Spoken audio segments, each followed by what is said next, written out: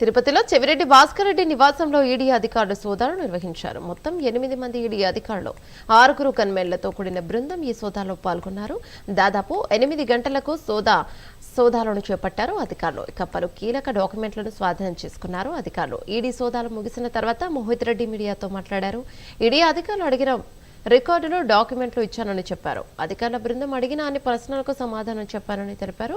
ఎన్నికల్లో ఒక మద్యం బాటిల్ కూడా తాము ఎక్కడా పంపిణీ చేయలేదని తేల్చి చెప్పారు. ఈడీపై న్యాయ వ్యవస్థపైన నమ్మకం ఉందని, నిర్దోషులుగా బయటపడతామని ధీమాను వ్యక్తం చేశారు.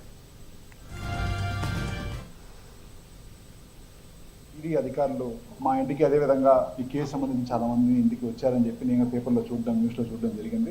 ఇంటికి వచ్చినప్పుడు వాళ్ళు ఏవైతే అడిగారో అవన్నీ కూడా చాలా పీస్ఫుల్ గానే ప్రతి ఒక్క డాక్యుమెంట్ అడిగిందంతా కూడా వాళ్ళకి సబ్మిట్ చేశాము. మాకు ఈడీ వ్యవస్థ మీద అదేవిధంగా న్యాయస్థానం మీద నమ్మకం ఉంది. ఎందుకంటే మేము లిక్కర్లో ఎప్పుడూ లేము, లిక్కర్లో ఎప్పుడు సంపాదించలేదు కాబట్టి మాకు సెంటిమెంట్ కాబట్టి ఎలక్షన్స్ లో కూడా అందరికీ తెలుసు. ₹1 కూడా ఒక మద్యం ఒక బాటిల్ కూడా ఎలక్షన్స్ లో మేము నిలబడిన 10 ఎలక్షన్స్ లో ఎప్పుడు నాన్నగారు కావచ్చు, మా కుటుంబం కావచ్చు పంచింది లేదు కాబట్టి మాకు న్యాయ వ్యవస్థ మీద నమ్మకం ఉంది. తప్పకుండా మాకు న్యాయం జరుగుతుందని చెప్పి భావిస్తున్నాను. అదేవిధంగా మీడియా మిత్రులకు కూడా చిన్న విన్నపం ఏంటంటే, దయచేసి ఈరోజు పేపర్లో మళ్ళీ న్యూస్లో చూస్తున్నాను, కొన్ని ఇష్యూస్ జరగకుండానే జరిగినట్టు కొంతమంది రాస్తున్నారు. దయచేసి అలాంటి ఏదైనా ఉంటే మాతో ఒకసారి క్లారిఫై చేసుకొని రాయాల్సిందిగా ఒకసారి విజ్ఞప్తి చేస్తాం. జనరల్ రొటీన్లో ఏదైనా ఒక కేసు ఎంక్వైరీ వచ్చినప్పుడు ఆ కేసుని సిట్ నుంచి ఈడీకి వచ్చినప్పుడు ఖచ్చితంగా అందరిది ఇక్కడ సోదాలు చేస్తారు, అందరినీ అడుగుతారు. ఆ పార్ట్ ఆఫ్ ది ఇన్వెస్టిగేషన్లో మమ్మల్ని అడగడం జరిగింది.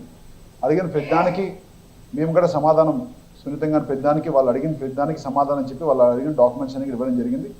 తప్పకుండా ఏ తప్పు చేయలేదు కాబట్టి ఆ ధైర్యం, ఆ నమ్మకం మాకుంది. తప్పకుండా మేము న్యాయం 2 రోజులు ఆలస్యమైనా కూడా తప్పకుండా మేము నిర్దోషులుగా పూర్తిగా ఏమీ లేని బయటకు వస్తామని చెప్పి